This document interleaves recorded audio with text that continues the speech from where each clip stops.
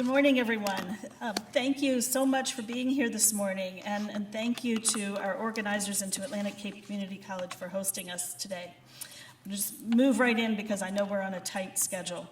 So as we have reached the sesquicentennial of the American Revolution in the midst of, in many ways, unprecedented contemporary political division and debate around the interpretation of the Constitution, the meaning of the Revolution, and in particular, the division of powers in our government, it will be increasingly important that we teach students the history of the ideas that shaped the founders and inform our founding documents with intellectual revolutions of the 18th century. These intellectual revolutions that created the intellectual conditions for the American Revolution and democracy. Let's see, let me just get situated here. Come on. There we go. Okay.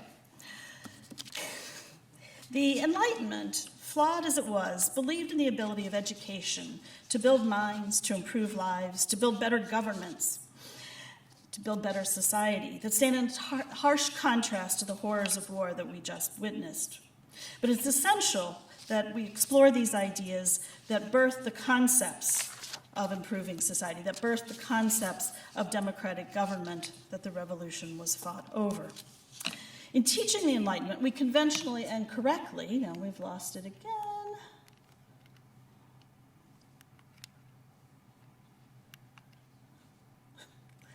All right, I'm going to need technical support here because I don't think I pushed anything that... Folks out there might be helping. Okay, great.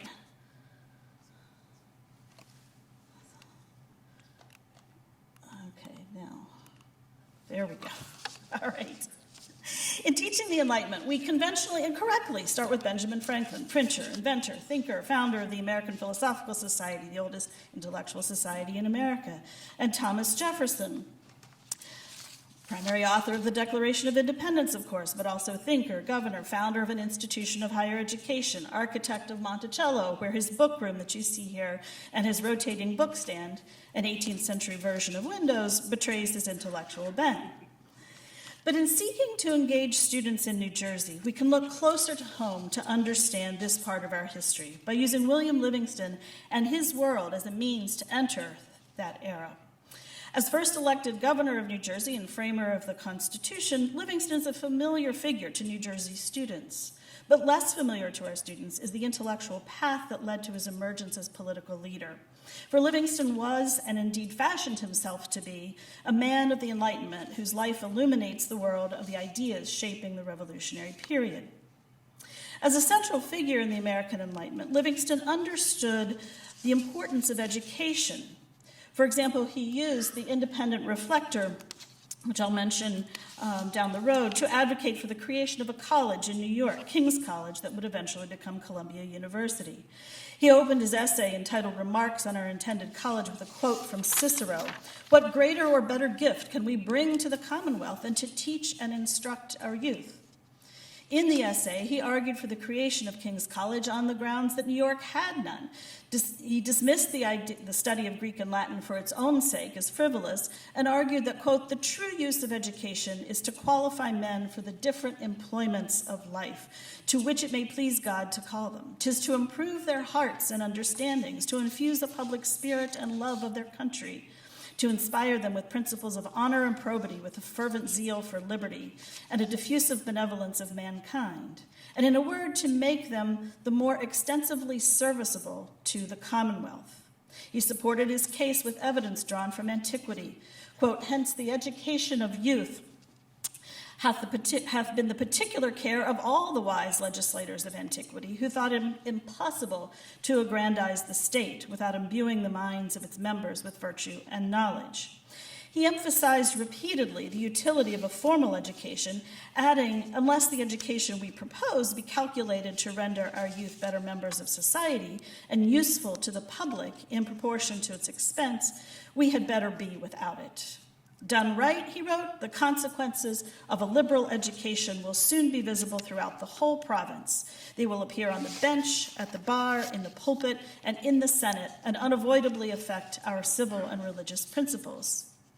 From his own position of privilege, he wrote his cousin Philip in 1755, then a student at the College of New Jersey, now Princeton, that he must stay in school. In hopes of persuading him to persist to completion, Livingston extolled the virtues of education. Quote, innumerable are the instances of persons having been advanced to the most splendid stations in the commonwealth by that knowledge of books and capacity for serving the public, which they had acquired in the course of their studies.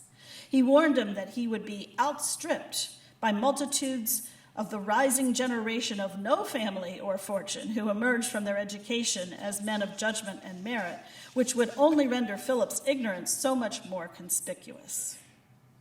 Livingston's daughters were highly literate, but not formally educated, nor were the hired servants and enslaved persons in his household. Indeed, Livingston could not have imagined the expansion of education that was to follow. As a man of the Enlightenment, he believed in education to cultivate one's potential, but as a member of an elite and powerful family, he expressed skepticism in the potential of the masses. So he could not have predicted the expansion of education and opportunity to include the rich and wonderful economic, racial, ethnic, and gender diversity that I've had the privilege to teach at Kean University, which today sits on the 18th century estate and home of William Livingston Liberty Hall. But he wouldn't disapprove, and I think he would take delight in his home serving as the setting for formal intellectual inquiry and research.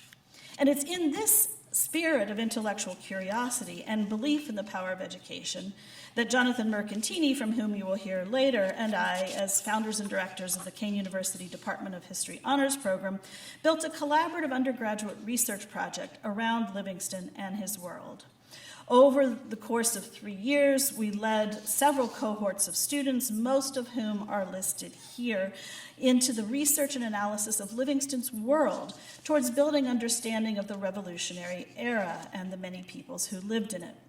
With the Humanities Initiative Grant from the National Endowment for the Humanities, we were able to lead and fund student research and student construction of the William Livingston's World website that I will share with you today. This website opens up Livingston's world to Kean University students and hopefully to students around New Jersey, with primary sources available, freely accessible, to allow students themselves to be the historian, to read the primary sources, and accompanied by curriculum crosswalks to guide teachers.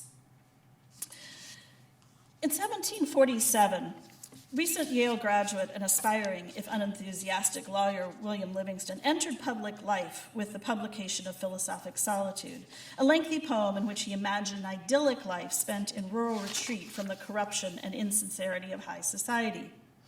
From the middle of 18th century Manhattan, Livingston envisioned a life of intellectual stimulation and conversation with God and nature, a carefully chosen circle of friends and wife, and the ideas contained in a carefully curated library. In rather stilted verse that our 21st century students struggle with at times, he highlighted the place of Newton and Locke, for example, in his library. And in the years that followed, Livingston would build efforts to make available these kinds of sources to people beyond the solitude that he hoped to experience. In the years that came, he would, of course, find little of the solitude that he hoped for, but he would continue to engage with the world of ideas in the public sphere in efforts intended, yes, to build his power, to build his professional career, but also to build what he believed would be a better society. In 1754, believing that accessibility to books was key to enlightenment of American society, Livingston and 5 other civic-minded New Yorkers founded the New York Society Library, a subscription library that is the oldest library, indeed the oldest cultural institution in New York City. It survives today. The earliest bookplate that you see here sheds light on their mission. Mercury, Minerva, and Apollo bring astronomy, navigation, geography, and mathematics, literature, and religion to New York, which is here identified as an 18th century Athens. Surviving printed catalogs and circulation records have allowed the library to recreate the contours of the 18th century metropolitan readership.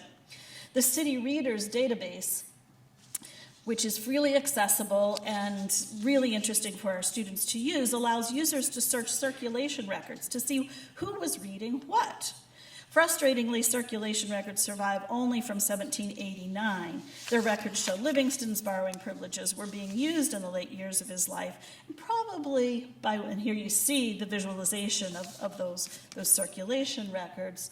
The list of the books that were checked out on his library card suggests that his card was probably being used by one of his daughters, unless Livingston was reading novels and the history of women in the last year of his life. Users can also compare readers, as I've done in this chart that visualizes the library uses of Livingston, his son Brockholst, his son-in-law John Jay, grandson Peter Augustus Jay, his cousin Robert R. Livingston, as well as Hamilton and George Washington. But we can get even closer to understanding the world of books and ideas through the William Livingston's World Founders Library site built by our students. And I'm going to be sharing with you screenshots of the site because I don't want to count on internet and then not have it work. So you see the link here. We'll share it as widely as you would like, but we're going to be looking at screenshots rather than the live site. Over the course of his life, William Livingston assembled an extensive personal library that he housed at Liberty Hall, the home that he built in 1772. That library no longer exists, but the dispersed contents of his collection have been digitally reconstructed thanks to his surviving list of books and the work of Arcane History Honors students. The book list consists of a sheaf of papers stitched together that you see here that is now held in the Massachusetts Historical Society archives. Our students transcribed the list, built a database of its contents, and compared it to the contents of the libraries of several other founders, including George Washington, Thomas Jefferson, Benjamin Franklin, John Jay, Robert R. Livingston, John Adams, James Madison, Alexander Hamilton, and Philip Schuyler. Preserving Livingston's taxonomy, which included categories for chronologies and histories, government, trade and commerce, criticism and logic, the knowledge of mankind, and mathematics, science, and ancient philosophy, our students reconstructed the shelves of his library by linking the titles to digitally available copies of the books on his list. Then, using freely available network analysis software program Kumu, they constructed dynamic and interactive visualizations of the books held in common with other founders. Again, screenshots here, but if you go to the live site, you can move these networks around and compare, look at different books and their ownership. On that site, you can find Livingston owned, for example, the titles shown in math, science, and ancient philosophy that you can see here. You can connect to the digital copies of those titles and see which other founders owned the same books. You can highlight an individual text. Here, for example, you can see in one section of his taxonomy that included works on estate management, animal husbandry, and gardening is a copy of Philip Miller's Gardener's Dictionary. Livingston, like his peers, was a curious, avid, and very bookish gardener. And he, like George Washington, Benjamin Franklin, John Adams, and Robert R. Livingston, owned a copy of this book that Thomas Jefferson hails as the key to doing international trade around plants to make sure that everybody is speaking the same plant language. Similarly, in his section on criticism and logic, users, our students, will find, again, common reading lists, like in here, Alexander Pope's essay on criticism, that was essential reading for many founders and was owned by Livingston, Jay, Washington, Adams, and Schuyler. Livingston, like other founders, also owned a number of volumes on government and law, the visualization of which you can see here. Analysis of the network shows, for example, that Montesquieu's spirit of the laws, which argued, of course, for the necessity of checks and balances and the division of power within government, could be found in the shelves not only of Livingston, but also Madison, Jefferson, Adams, Jay, Robert R. Livingston, and Schuyler. Through the exploration of these interactive visualizations of the books held in common by the founders, our students will come to understand that the ideas and principles at the core of our nation, the words woven into the Declaration of Independence and the United States Constitution, were the outcome of collective thought and curiosity about government and society. The Founders Library helps students explore how these books were the medium by which founding ideas percolated and circulated in the Revolutionary era. Now, Livingston was not just a reader and a collector of books. He also, like his Enlightenment counterparts in Europe, understood the power of print. And he would use that, and on the website, again, a screenshot, you can find live links to Livingston's writings, bibliographies, to all of his works, as well as links to related primary sources. On William Livingston's World, students will find, for example, the full text of Philosophic Solitude, already referenced from 1747. 5 years later, Livingston used print to advance his career within New York politics. In 1752, he launched the Independent Reflector, or weekly essays on sundry important subjects, more particularly adapted to the province of New York. It was a short-lived but ambitious journal featuring essays on topics ranging from religion and politics to immigration and free speech, as well as the already referenced essay advocating for the creation of an institution of higher education.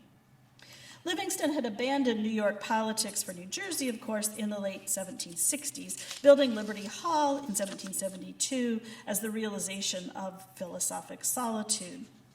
With the outbreak of the Revolution, that envisioned solitude gave way to service, as Livingston was named Brigadier General of the New Jersey Militia, and in August 1776, and then quickly elected wartime governor of the state of New Jersey.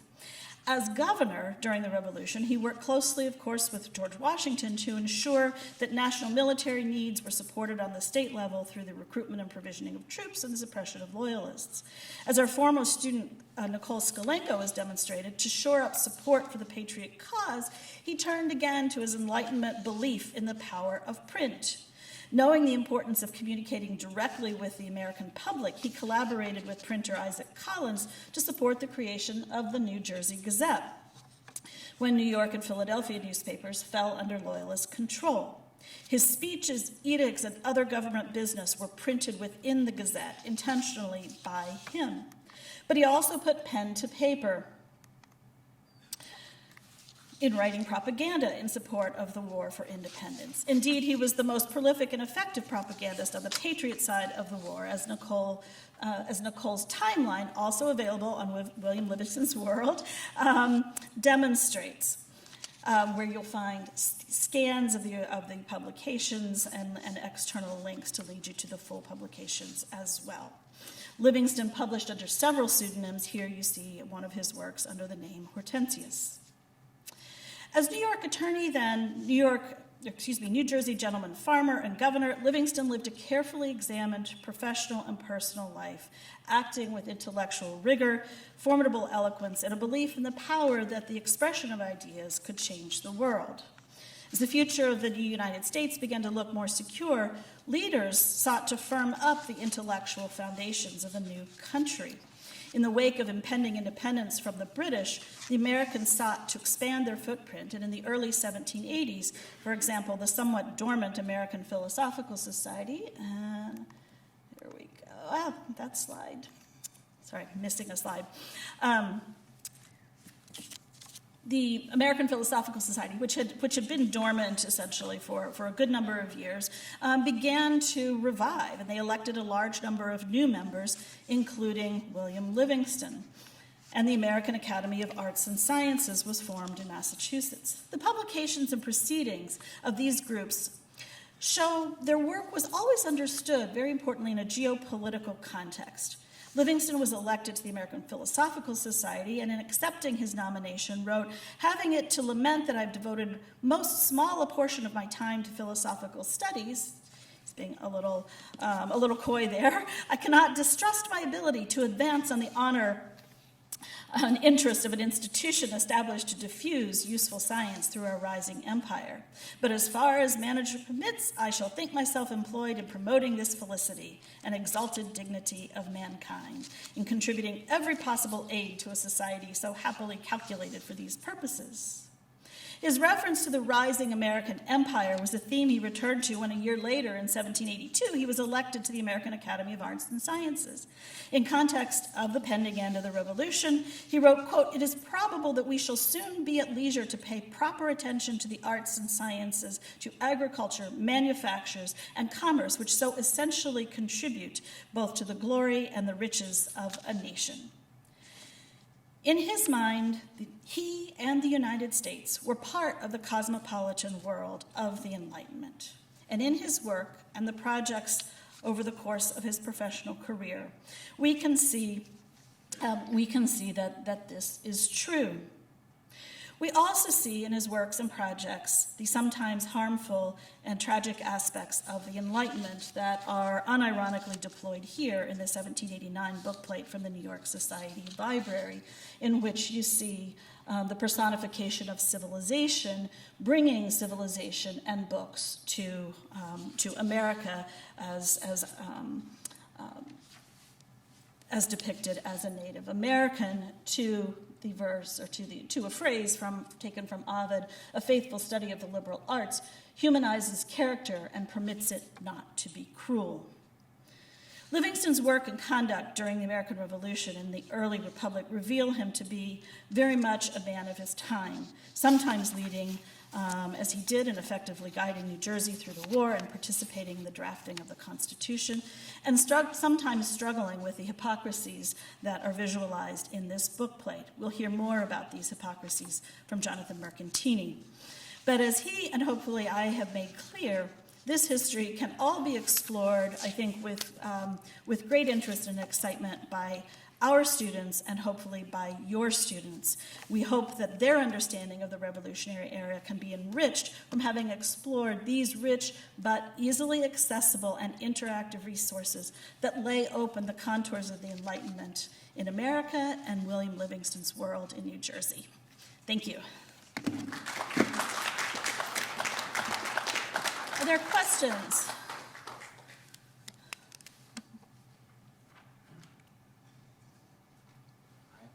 Yeah. So, there was a booklet at the beginning about going back to a rural life. Yes. And did he name himself a gentleman educated at Yale? Is that the? Yes, why it was would he published. It was published anonymously, but it was sort of an inside joke to the elites who knew who had written it. He includes the initials of his friends from Yale and colleagues in New York, so that it was known. And Philosophic Solitude went through at least 5 or 6 editions before his death in 1790. So for an extensive piece of verse, it was a bestseller of sorts. But it would have been not uncommon in the 18th century for gentlemen authors to have not touted their authorship on the front page, but hinted at it.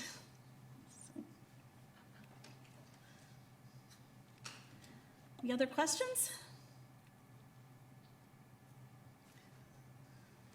Yes. I'm a local history teacher, and I was Yes. just wondering, I noticed on the site you have a section that talks about lesson plans, basically. Yes. Talk a little bit about that. So what we have done on the site is included sections that are collections of primary sources that speak to William Livingston's own work of the nature that I've described here, that speak to the experiences of women in the Revolutionary era, primarily by drawing on letters from to his daughters, letters also, we've in some instances drawn on letters pertaining to the Kane family at Kane University, Susan Livingston Kane Nimsevich, and her letters appear in that section as well. And we also have an extensive section that Jonathan will speak to on teaching the history of the enslaved, by exploring the lives of the enslaved at Liberty Hall, in the Livingston and the Kane families. We have connections to the to state curriculum crosswalks so that it's clear which pieces can be used in what way to pull into your curriculum. I have a question about the actual site. Mm-hmm. Was that a collaborative effort among the history faculty, students? It was a collaborative effort, so Jonathan and I led the effort, and we did this work with our honors students. So when we created the honors program, we quickly built the program around collaborative original research projects. So our first project in the first years of the honors program was a World War II project in which we scanned and built a website that presents the letters from all of the students from New York State Teachers College who served in World War II. So if you go to www.worldwar2scrapbook.com, you'll find that site. And we found that pedagogically it worked very well to allow our students to do original research, but to also build something concrete and lasting with their work. It serves, obviously, pedagogically, they're doing research, and that is fantastic, but it also gives the students something concrete to point to put on their resume, to talk about in interviews. Sometimes there are challenges in working across cohorts from year to year. This was a project that went on for at least 3 years, and there's more to be done. There's more to be done if when I get back into the classroom to lead students in doing it. But we found that kind of engagement with our students on a big project to be very effective in building their engagement and providing them with something concrete to hold on after the fact. And I will add that this particular site is used in our History 1062 Worlds of History survey course at Kane University. This is a required course for all Kane students to take. So every year, hundreds and hundreds of students are going to this site and using these primary sources. So it builds a resource that our students use, but a resource that helps them understand history in their backyard, history on the ground where they find themselves when they're taking that class. Any other questions? Let's move on. All right, thank you very much.